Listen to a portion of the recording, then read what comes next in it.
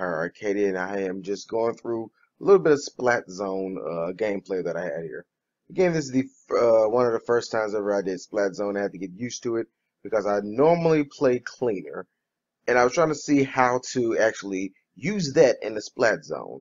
So, because I'm a very defensive player, and Splat Zone is mostly offensive. So those people who like to run off and just splat other people without actually inking the floor could possibly win this, but you do still have to ink the turf even in Splat Zone. So that's where my cleaner capabilities came into play during the Splat Zone.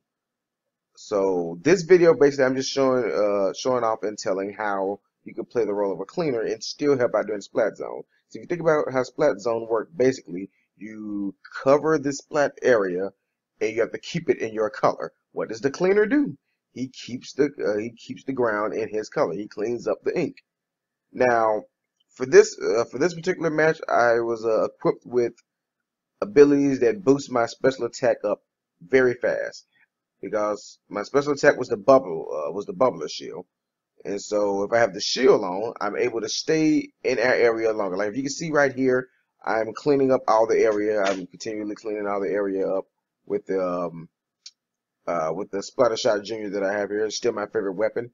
I like the NES Zapper, but it uses up ink a bit too much. Splatter Shot Junior has the perfect amount of power and ink consumption. So it's perfect for me, and I like to play cleaner. Like a lot of people say, well, just use Ink Roller. Ink Roller reminds me a bit of a shotgun, and I wasn't much of a shotgun person in traditional shooters. So you see right here, I have the splatter shot, and as you can see, my special meter is going up very fast, and I get the bubble shield up. I take out the sprinkler, um, and my main goal here is to try to claim back an ink fountain. I don't know if that's what you call it, but I call it the ink fountain by one of my teammates. Really helped out.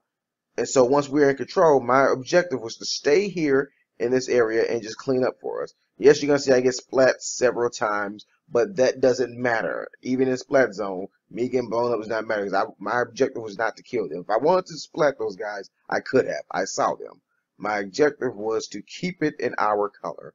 So I'm still playing cleaner even with Splat Zone. Defense is what I'm doing.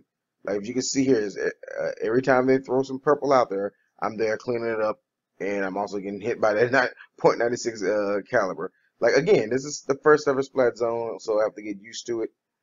But you can look at it and tell that I was playing a lot of good defense here, covering back up in our color.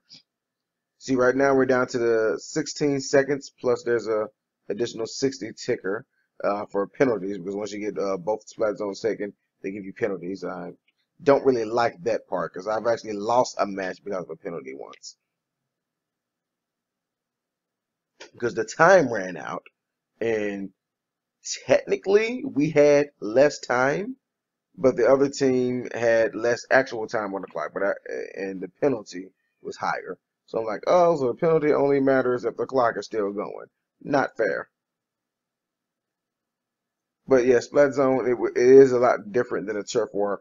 So if you want powerful weapons, you definitely want to go into Splat Zone with a power weapon. Like, if I'm not using Splatter Shot Junior, I do like the Splatter Shot Pro, I believe it is. The one that looks like a rocket. I have gameplay with that one coming up too. Because it's real powerful and shoot straight shots. See, I got my bubble shield back up again. Take out that sprinkler. We lost control again right there for a second. And I got taken out once again, but again, I'm not aiming at them. I'm aiming to keep the ground in our color because we only have 16 seconds after the penalty time is gone, and then we win the match.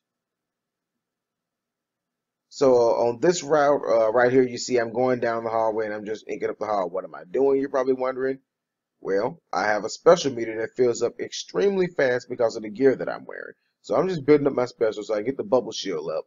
And maybe that'll give me a little extra defense so that I can actually protect the base. Like right here, at this point, I've claimed the base back for us a lot of times, even though even though we would like lose control afterwards, or sometimes I would claim the base back for us and we would keep it.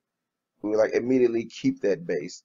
And we would immediately keep it and then continue to go on to win.